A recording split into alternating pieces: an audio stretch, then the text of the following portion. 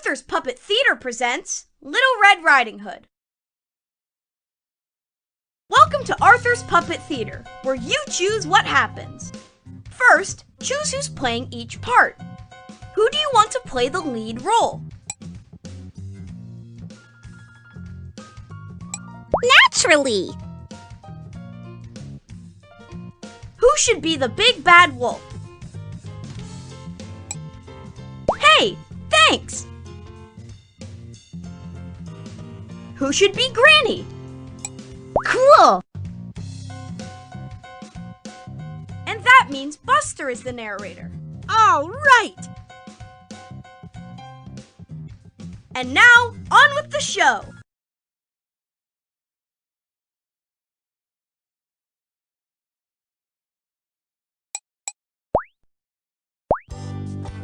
Arthur's Puppet Theater presents Little Red Riding Hood, as directed by you.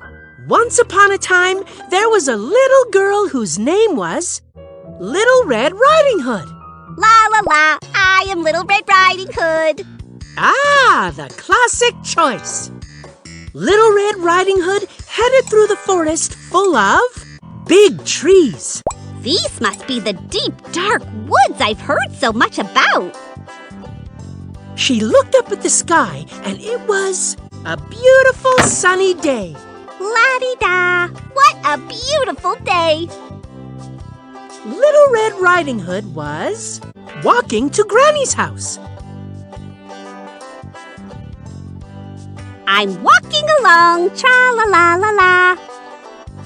Along the way, she came across a wolf. Hello, little friend. What brings you to my neck of the woods on this delightfully sunny day? I'm bringing a surprise to my Granny. Ooh, a surprise. And what kind of surprise do you have in your basket? I baked my famous lemon squares for my Granny. The wolf knew right then and there that he wanted that surprise for himself, so he decided to set a trap at Granny's house. I was just wondering, where does your Granny live? She lives in that cute little cottage in the forest clearing. And that's where I'm going now. Bye! And with that, Little Red Riding Hood went off to Granny's house. But the big bad wolf knew a shortcut and planned to get there first.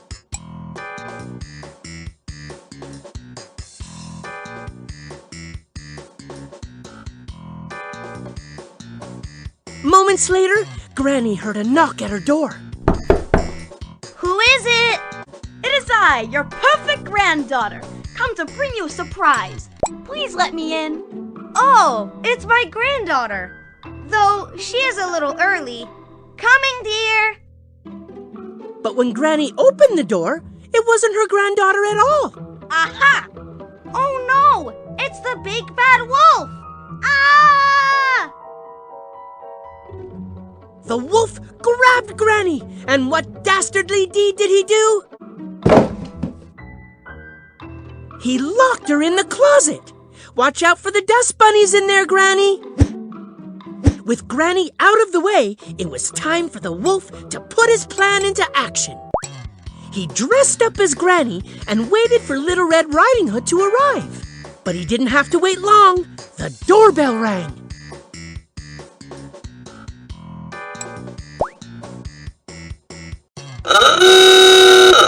The door's open. The door's open. Let yourself in. Hi, Granny. You look amazing today.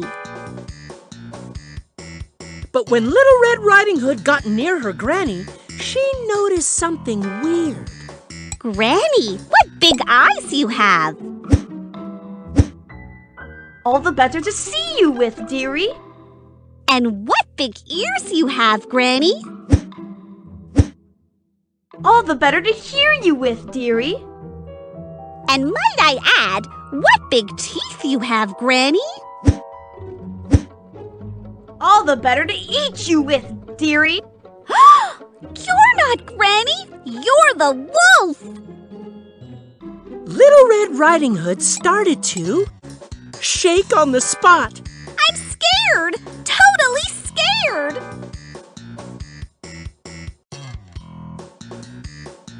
Suddenly, Granny burst out of the closet, and she had transformed into her secret identity. A superhero? Listen up, Big Bad. I fight for truth, justice, and stuff like that.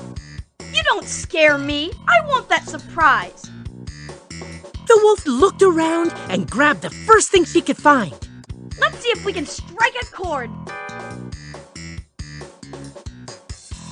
Aha!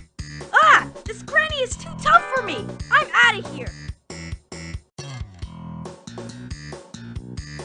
Little Red Riding Hood couldn't believe it. Her granny was a hero. You saved us! You're the best, Granny! So, with the wolf gone, Little Red Riding Hood and Granny finally had time to enjoy the surprise. Let's go outside and eat those lemon squares.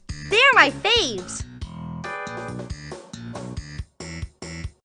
And the moral of this story is, don't mess with grannies. The end.